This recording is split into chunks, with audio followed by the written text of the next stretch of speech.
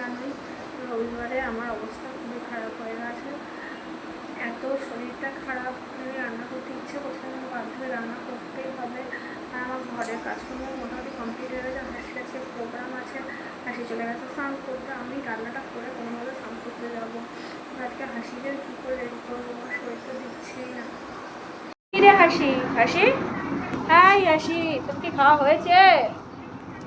হ্যাঁ, তাড়াতাড়ি খেয়ে দে, একটু শো, তারপর একটু বিশ্রাম নিয়ে তারপর তো রেডি হতে হবে। নাটক করো? হ্যাঁ, নাটক করো নাকি? হ্যাঁ, তুই জানিস না? হ্যাঁ, তাহলে তুই তো জানিস প্রোগ্রাম আছে। তাহলে বন্ধুরা আমরা কিন্তু রেডি হয়ে গেছি। আর এই যে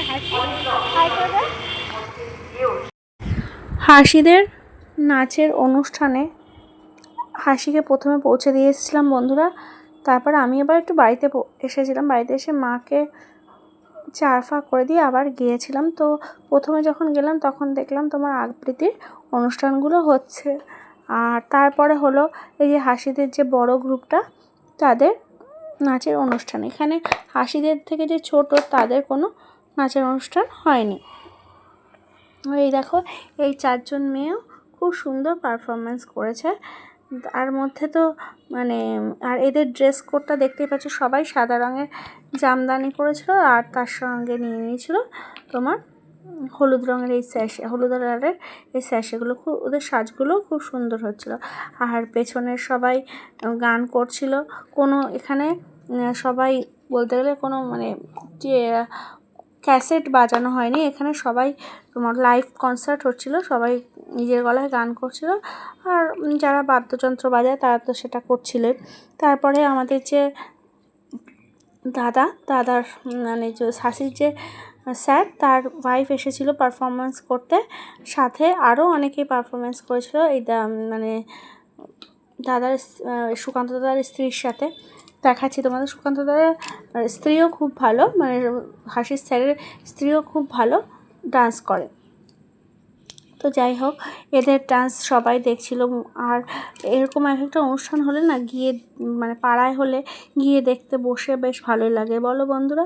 এদের অনুষ্ঠানটা হয়ে যাওয়ার পরেই হয়েছিল বন্ধুরা আমাদের হাসি নাচের অনুষ্ঠান। কিন্তু আমি দুর্ভাগ্যক্রমে আমি তোমাদেরকে আওয়াজটা দিতে পারছি না, আমার ভয়েসেই শোনাতে হচ্ছে। কারণ হলো এর আগের বারও হয়েছিল এই অনুষ্ঠানটা, কিন্তু তখন তোমার যখন আমি এই আওয়াজ সমেত দিয়েছিলাম অনুষ্ঠানের ভিডিওটা, তখন ওখানে ইস্যু নিয়ে নিয়েছিল। সেই জন্য আমি দুর্ভাগ্যক্রমে তোমার মিউট করে আমার ভয়েসেই তোমার ধারাবর্ষ দিতে হচ্ছে। তো যাই হোক এদের নাচগুলো মানে সুকান্ত দাদার ওয়াইফের নাচটা তোমাদের কেমন লাগলো অবশ্যই বলো, কিন্তু খুব সুন্দর হচ্ছিলো কিন্তু পারফরমেন্সটা। আর এই দেখো শেষে চলে আসলো আমাদের কচি কাচাদের গ্রুপ, মানে হাসিদের গ্রুপ। ওই যে হাসি তোমার ডান দিকে কর্নারে দেখতে পেয়েছো বন্ধুরা। তো যাই হোক হাসিদের ড্রেস ছিল তোমার হলুদ রঙের, আর তোমার গোল্ডেন জুয়েলারি আর গোল্ডেন তোমার চুড়ি। ওদের নাচের জন্য সবাই অধীর অপেক্ষায় বসেছিল।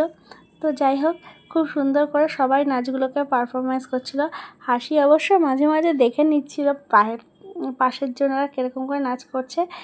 তো যাই হোক ওদের নাচ দেখে আমাদের খুব ভালো লাগলো। সবাই এই সন্ধ্যাটাকে খুব সুন্দরভাবে মানে উপভোগ করেছে। তারপরে ওদের নাচ টাচ দেখা হয়ে যাওয়ার পরে আমি, হাসির বাবা, হাসি, তারপর হাসির ঠাম, দাদু সবাই মিলে বাড়িতে চলে এসেছিলাম। তো এর মধ্যে আবার অবশ্য আমি অংশুবাবুকে নিয়ে এসেছিলাম। অংশুবাবুকে তোমাদের দেখানো হয়নি, অংশুবাবুরও খুব শরীর খারাপ।